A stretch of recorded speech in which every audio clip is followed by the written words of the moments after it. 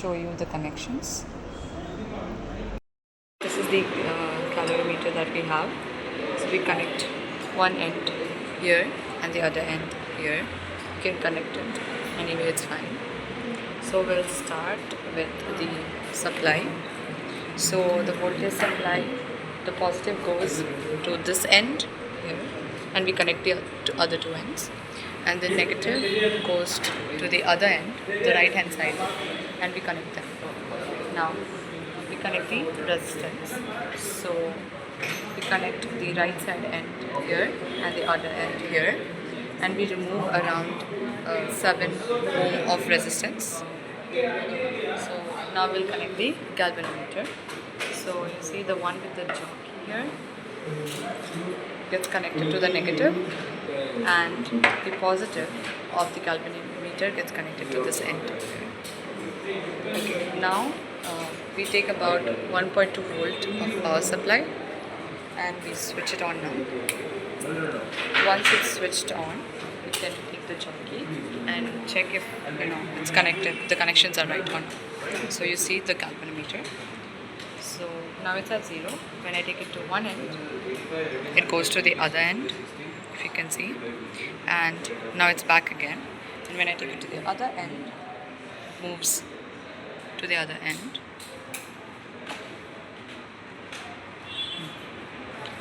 Okay, so the connections are fine. So first we fill the beaker with some water at normal temperature. We take a thermometer to measure that.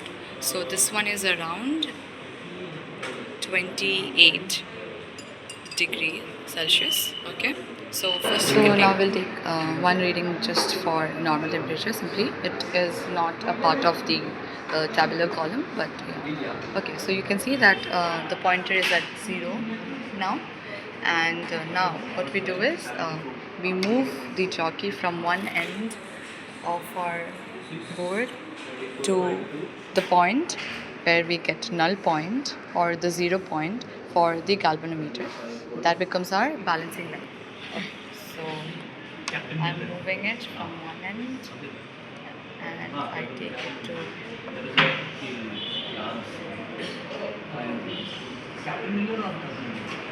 so you see that it's okay. So at this point, say balancing length. Okay, so you note it down. Okay, now we take hot water in the beaker and then we measure its temperature with the thermometer. It's around 86, if you can see that here. Okay, now we'll take readings from the temperature that we see and we'll decrease it by 5 and take it till the last temperature that we can take, around 10 readings. So we come to one end and we go to the null point. Okay, you can see that it's almost there. Yes, it's almost 0 there. And this becomes our balancing length. So you know the balancing length now, so you write it here. So for 86 degrees C, convert it to Kelvin, and we have 35.5 at the 10 power minus 2. Okay, now we'll take one more reading. So you wait until the next temperature, which is say about 80 degrees. So we'll do it.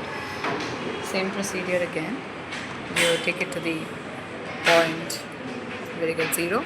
Okay, somewhere around here.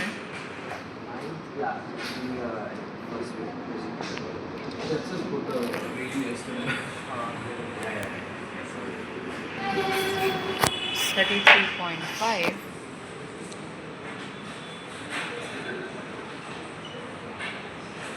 Okay, now we convert it to Kelvin. So 80 plus 273 gives 353. You take until 75, 70, then 65, 60, 50, 45, 40. You can go till 30. total 30 or 35. Okay, now you have to calculate what the resistance is. So one thing we should know is that with a decrease in temperature, the resistance will also decrease, right? Because they are directly proportional. Now, the formula is R equals to SL by 1 minus L. Now here S is the resistance that we have given, which is 7 ohms, and L is our balancing length. So you have to calculate for each of the values. So I'll do it for the first one. So R is 7 into 35.5 10 to the power minus 2 by 1 minus 35.5 into 10 to the power minus 2.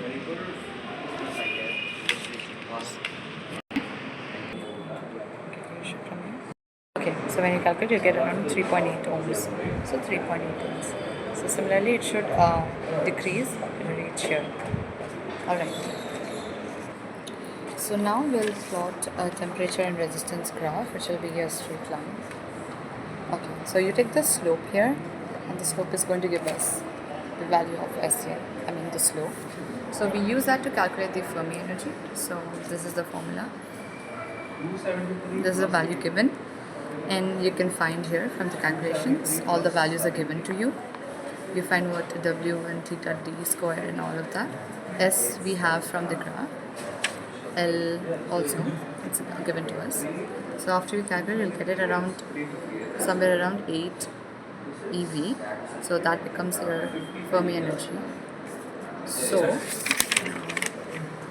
yeah, we can write it down. Thank you.